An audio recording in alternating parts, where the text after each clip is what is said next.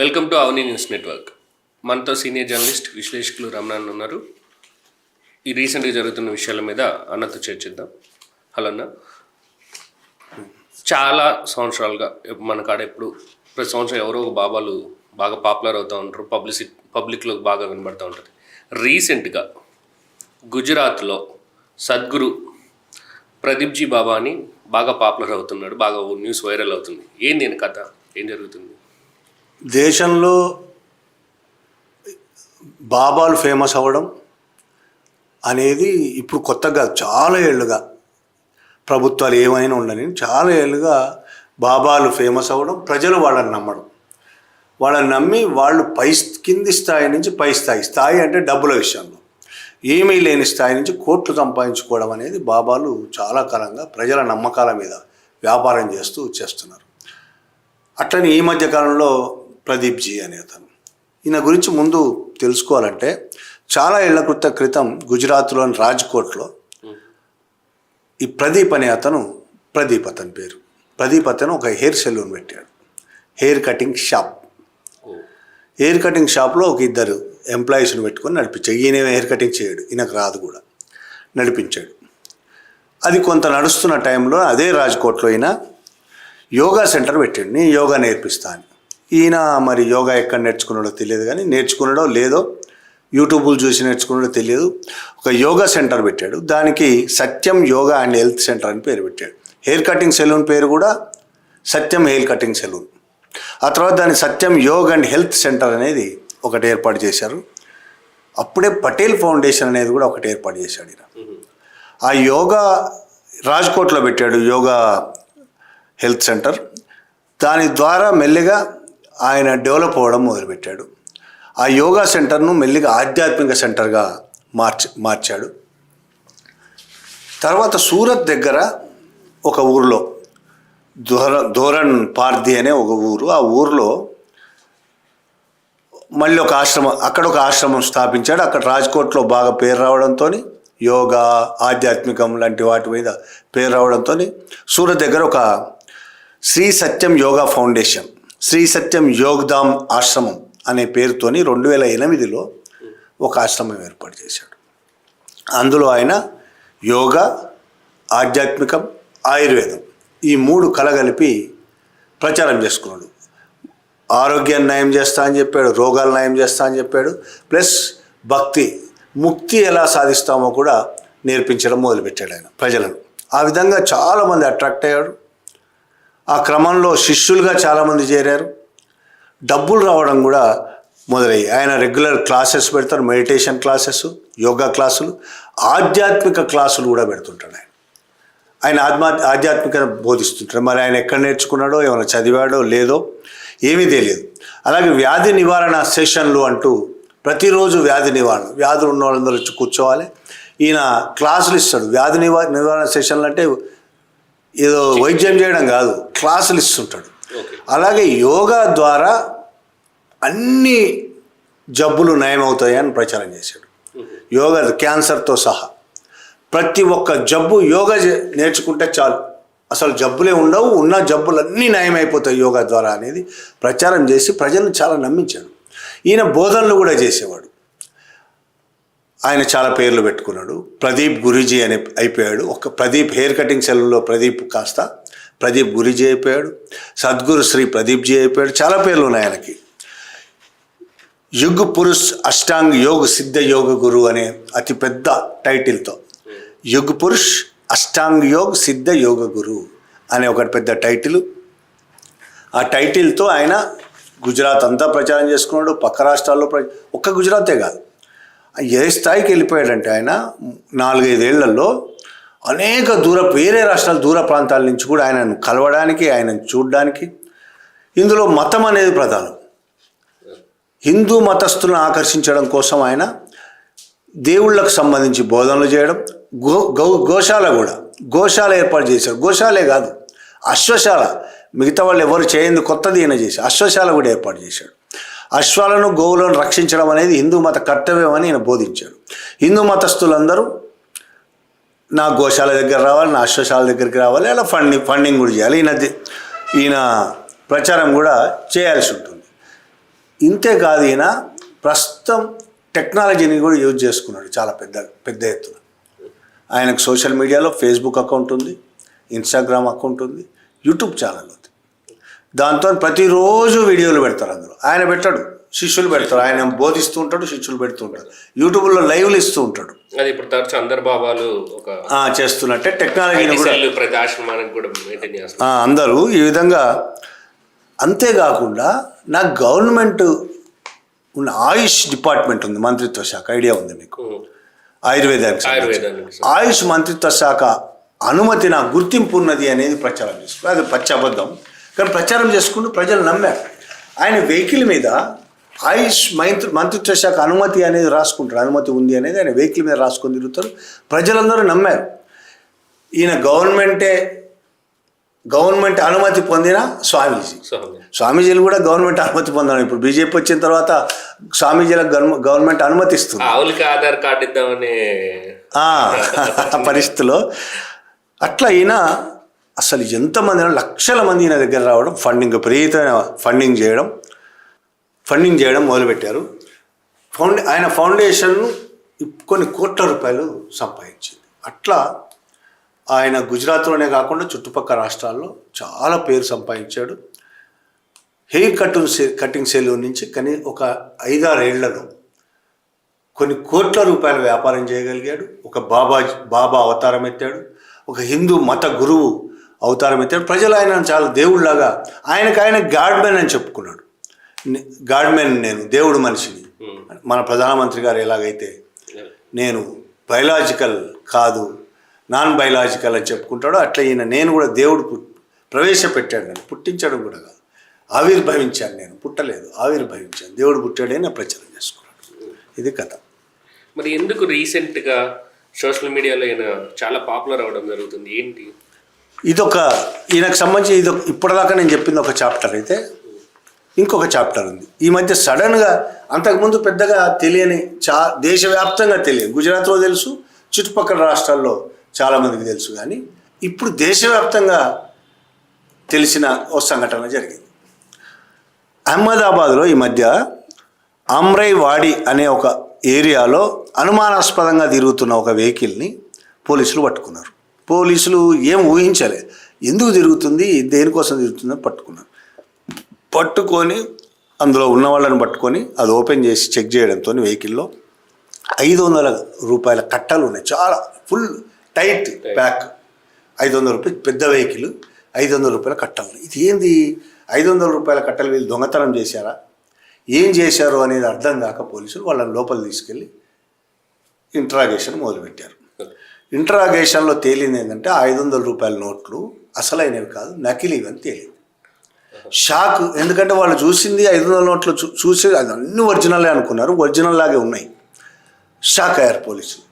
అసలు ఏంది ఈ కథ అని వెహికల్లో ఉన్న వాళ్ళ ద్వారా ఇంట్రాగేషన్ ద్వారా అలా నెట్వర్క్లో ఒక్కొక్కరిని అరెస్ట్ చేసుకుంటూ వచ్చి 7గురిని అరెస్ట్ చేశారు. 7గురిని అరెస్ట్ చేసిన తర్వాత ఇది ఎక్కడ ప్రింట్ అవుతున్నాయి, నకిలీ నోట్లు ఎక్కడ ప్రింట్ అవుతున్నాయి? ఒక పెద్ద బిల్డింగ్లో, ఒక అపార్ట్మెంట్ బిల్డింగ్, అందులో ప్రింటింగ్ మిషన్ ఉన్నది, కలర్ ప్రింటింగ్ మిషన్. అక్కడికి వెళ్ళి ఆ కలర్ ప్రింటింగ్ మిషన్ తీసుకున్నారు.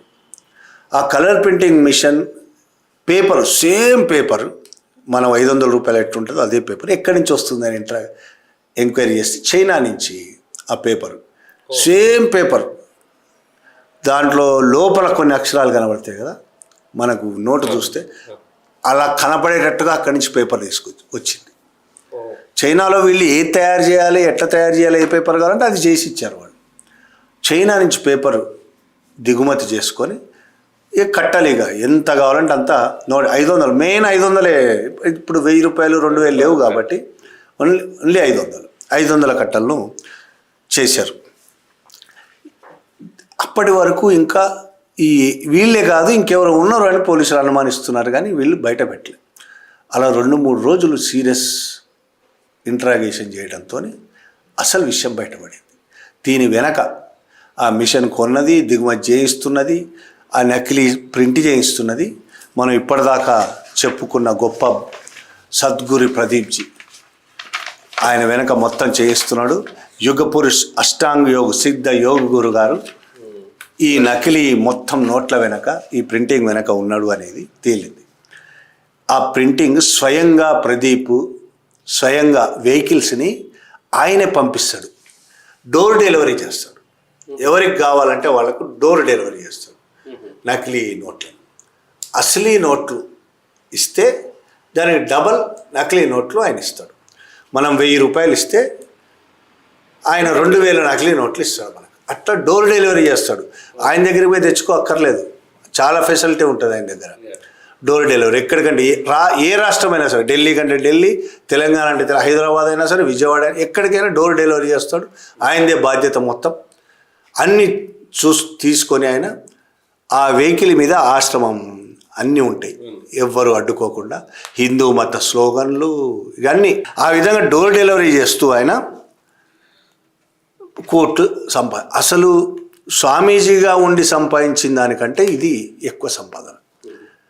లోతుల్లోకి వెళ్ళి ఇంకా ఆయన సత్యం యోగా ఫౌండేషన్ ఉంది కదా, ఆయన ఆశ్రమం మీద దాడి చేశారు పోలీసులు. అక్కడ 2.5 కోట్ల రూపాయలు దొరికాయి. ముందు బిల్డింగ్లో దొరికాయి, ప్రింట్ అయిన చోట. ఇక్కడ ఒక 2.5 కోట్ల రూపాయలు దొరికాయి, మొత్తం ఫేక్ కరెన్సీ. ఆయనను పట్టుకొని పోలీసులు బాబా నువ్వు ఎలా ఎందుకు చేస్తున్నావు అని సార్ మాట్లాడితే, ఎందుకంటే పోలీసులకు కూడా బాబాలు మతాలు ఇప్పుడు నార్త్ ఇండియాలో ఇంకెక్కువ, వాళ్ళు కూడా బాబాలను చూస్తే వాళ్ళ ఉద్యోగం కూడా మర్చిపోయి కాళ్ళ మీద పడుతుంటారు కదా. బాబా ప్రదీప్ గురువు గారు ఇలా చేశారనేసరికి వాళ్ళు కూడా షాక్ అయ్యారు. ఏంది గురూజీ మీరు ఇలా చేయడం అంటే, నాయన లోక కళ్యాణం కోసం ఇదంతా చేస్తున్నా, ఇది తప్పేం కాదు, నకిలీ నోట్లు ప్రింట్ చేయడం అనేది అస్సలు తప్పు కాదు, లోక కళ్యాణం కోసం చేస్తాం. లోక కళ్యాణం ఏముంది అని వాళ్ళు అడిగారు. పేదలు డబ్బులు లేక చాలా ఇబ్బంది పడుతున్నారు. భారతదేశంలో పేదలు డబ్బులు లేక ఆకలితో చచ్చిపోతున్నారు. వాళ్ళందరికీ డబ్బులు కావాలంటే ప్రభుత్వం ఇవ్వలేదు, ప్రింట్ చేయలేదు. కాబట్టి నేను చేసి పేదలందరికీ ఆకలి తీర్చడానికి లోక కళ్యాణం కోసం చేస్తున్న నన్ను మీరు అరెస్ట్ చేయడం న్యాయం కాదు అని బాబా గారు పాపం. కానీ చట్టం ఒప్పుకోదు కదా. ఈయన లోక కళ్యాణం, పోలీసులకు కూడా పాపం లోక కళ్యాణం కోసం కదా అని ఫీల్ అయి ఉంటారేమో, కానీ చట్టం ఒప్పుకోలేదు. దాంతో పాపం ఆయనతో పాటు మిగతా 7గురిని అరెస్ట్ చేసి జైలుకి పంపారు. ఇది కథ సద్గురు ప్రదీప్ జీ కథ. ఇది ప్రదీప్ జీ బాబా కాక ఇంకా దేశంలో చాలామంది బాబాలు, గతంలో ప్రస్తుతం చాలామంది బాబాలు ఉన్నారు. వాళ్ళ కథ ఏంటి కొన్ని మాట్లాడుకుందాం. అంటే బాబాలు చాలామంది ఉన్నారు. వాళ్ళు చేసిన మోసాలు దుర్మార్గాలు చాలా ఉన్నాయి. ఈ ప్రదీప్ జీ అనే అతను ఇప్పుడు ఎట్లయితే బయటపడ్డ తర్వాత దేశమంతా తెలిసినట్టే, కొంతమంది బాబాలు ముందే దేశమంతా తెలిసిన బాబాలు ఉన్నారు. దేశమంతా తెలిసిన తర్వాత వాళ్ళని ఘోరాలు బయటపడి అరెస్ట్ అయిన వాళ్ళు ఉన్నారు. వీళ్ళు కాక దొంగతనం బయటపడకుండా ఉన్నవాళ్ళు వేలాది మంది బాబాలు దేశమంతా ఉన్నారు. ముఖ్యంగా నార్త్ ఇండియాలో కిక్కిరిసి ఉంటారు. అడుగడుగున ఒక బాబా ఉంటాడు. వాళ్ళు మత ప్రచారం చేస్తూ ఉంటారు, విపరీతమైన ఘోరాలు చేస్తుంటారు. బయటపడ్డ బాబాలు ఉన్నారు, చాలా పెద్ద పెద్ద బాబాలు, చిన్నవాళ్ళు కాదు వాళ్ళు. అసలు దేశంలో లక్షల మంది నమ్మే బాబాలు. అశ్రమ్ బాపు ఆయనకు శిక్ష కూడా పడింది, అత్యాచారం. అశ్రమ్ బాపు ఆయన ఆశ్రమంలో అత్యాచారాలు చేశాడు, మోసం చేసి అత్యాచారాలు చేశాడు అనేది శిక్ష పడ్డది. శిక్ష పడి జైలుకి వెళ్ళిన తర్వాత కూడా మూర్ఖంగా ఇప్పటికీ ఆయన దేవుడని నమ్మేవాళ్ళు ఉన్నారు. అశ్రమ్ బాపు ఆయన చేసిన నేరాలు బయటపడక ముందు నమ్మారు, బయటపడ్డ తర్వాత కూడా నమ్ముతున్నారు. అది మరింత దారుణమైన విషయం, విషాదమైన విషయం మనలాంటి దేశాల్లో. ఆయన కొడుకు నారాయణ్ సాయి, ఆయన మీద కూడా అత్యాచారాల ఆరోపణలు ఉన్నాయి. ఇంకా నిరూపణ కాలేదు, కానీ అశ్రమ్ బాపు మీద నిరూపణ అయింది. ఇంకా ఫేమస్ ఉన్నాడు గుర్మీత్ రామ్ రహీం సింగ్, డేరా సచ్చా సౌదా సంబంధించి డేరా బాబా అంటారు. ఆయన గురించి చాలా ప్రచారం అయింది. ఆయన మామూలు బాబాలాగా ఉంటాడు, రకరకాల వేషాలు, సినిమాలు కూడా తీశాడు. ఆయన హీరోగా సినిమాలు తీశాడు. ఆయన వెహికల్స్ వేసుకొని ఏమంటారు బుల్లెట్ లాంటి బైక్ వేసుకొని, యంగ్స్టర్స్ వేసే బైక్ వేసుకొని చక్కర్లు కొట్టడం, చాలా కథలు ఉన్నాయి. డ్యాన్సులు చేయడం, రకరకాల కథలు ఉన్నాయి ఆయన ఆశ్రమంలో డ్యాన్సులు చేయడం. అయితే విషాదం ఏంటంటే ఆయన నమ్మేవాళ్ళు లక్షల్లో ఉన్నారు. ఆయన దేవుని ప్రతినిధి అని నమ్మేవాళ్ళు. ఆయన చాలా గొప్పవాడు. ఆయన ఏది చేసినా ఏది మాట్లాడినా అయిపోతుంది. ఆయన దేన్నైనా సృష్టించగలడు, నాశనం చేయగలడు. అట్లా నమ్మేవాళ్ళు లక్షల మంది ఉన్నారు. అటువంటి డేరా బాబా ఆయన దగ్గర పనిచేసే అంటే అనుచరులుగా ఉన్న శిష్యులుగా ఉన్న ఇద్దరు సాధ్వీల మీద రేప్ చేశాడు. ఇద్దరిని అత్యాచారం ఎంతమందిని చేశాడో తెలియదు. ఆ ఇద్దరిది రుజువు అయింది. అదొక్కటే కాదు, ఆ విషయంలో ఆయనకి 20 ఏళ్ళ జైలు శిక్ష పడ్డది. ఇవన్నీ బయట పెట్టడానికి ప్రయత్నిస్తున్న ఒక జర్నలిస్ట్ని హత్య చేశాడు. ఆ విషయంలో ఆయనకు లైఫ్ పడింది. జర్నలిస్ట్తో పాటు ఒక మేనేజర్ను కూడా, అందులోంచి మేనేజర్ను కూడా బయట చంపాడు. దీంట్లో ఈ కేసుల్లో ఆయన మీద లైఫ్ పడింది ఆయనకి. ఇంకా అంటే మన దేశం ఎంత దారుణమైన పరిస్థితుల్లో ఉంది అర్థం చేసుకుంటే, ఆయనకు లైఫ్ పడింది. ఒక కేసులో లైఫ్, ఒక కేసులో 20 ఏళ్ళు. ఆయన దుర్మార్గాలన్నీ ప్రపంచానికి బహిర్గతం అయిపోయినాయి. జైల్లో ఉన్నాడు. ఎప్పుడు చూసినా బయటే ఉంటాడు. ఆయన జీవిత ఖైదు అనుభవించాడు లోపల, కానీ ఎప్పుడు లోపల ఉన్నాడు, ఎప్పుడు బయట. మన న్యాయ వ్యవస్థ కానీ మన ప్రభుత్వాలు కానీ ఎట్ట దారుణంగా ఉన్నాయి. మన ఎప్స్టీన్ గురించి విన్నాం. అమెరికాలో ఎప్స్టీన్ ఫైల్స్ ఈ మధ్య. ఎప్స్టీన్ కూడా అరెస్ట్ అయ్యి జైల్లో ఉన్నప్పుడు పొద్దున వెళ్ళి బయటికి సాయంత్రం జైలుకి వచ్చేవాడు. అంటే పొద్దున ఆఫీస్కి పోతాడు, ఆఫీస్లో పనులను చూసుకొని సాయంత్రం జైలుకి వచ్చేవాడు. ఇది చట్టబద్ధంగా జరగలేదు, అది చట్ట వ్యతిరేకంగానే జరిగాయి. అక్కడున్న రాజకీయ నాయకులు, అమెరికాలో ఉన్న పెట్టుబడిదారులు, రాజకీయ నాయకులు అందరూ కలిసి ఆయనకు కల్పించిన ఒక అవకాశం. జైలు అధికారులు కూడా వాళ్ళకు లొంగి చేసి, ఇక్కడ కూడా అదే పరిస్థితి. ఎలక్షన్లలో ఈయన భక్తులు, కొన్ని లక్షల మంది భక్తులు ఉన్నారు కాబట్టి, ముఖ్యంగా హర్యానా పంజాబ్ ఏరియాల్లో లక్షల మంది భక్తులు ఉన్నారు కాబట్టి, ఈయన భక్తుల ఓట్లు కావాలంటే ఈయనను బయటకు పంపించారు ప్రభుత్వాలు. ఈయన ఎలక్షన్లు వచ్చినప్పుడల్లా ఈయన బయట ఉంటాడు. ఇంకో 6 నెలల్లో ఎలక్షన్ ఉన్నాయంటే వెంటనే ఈయనకు పెరోల్ వస్తుంది.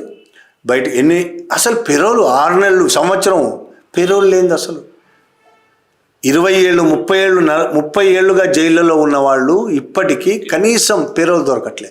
శిక్ష పడకుండా, ఏ శిక్ష లేకుండా కేసులు విచారణ జరుగుతూ 10 ఏళ్ళుగా జైల్లో ఉన్న వాళ్ళకి బెయిల్ లేదు, పెరోల్ లేదు.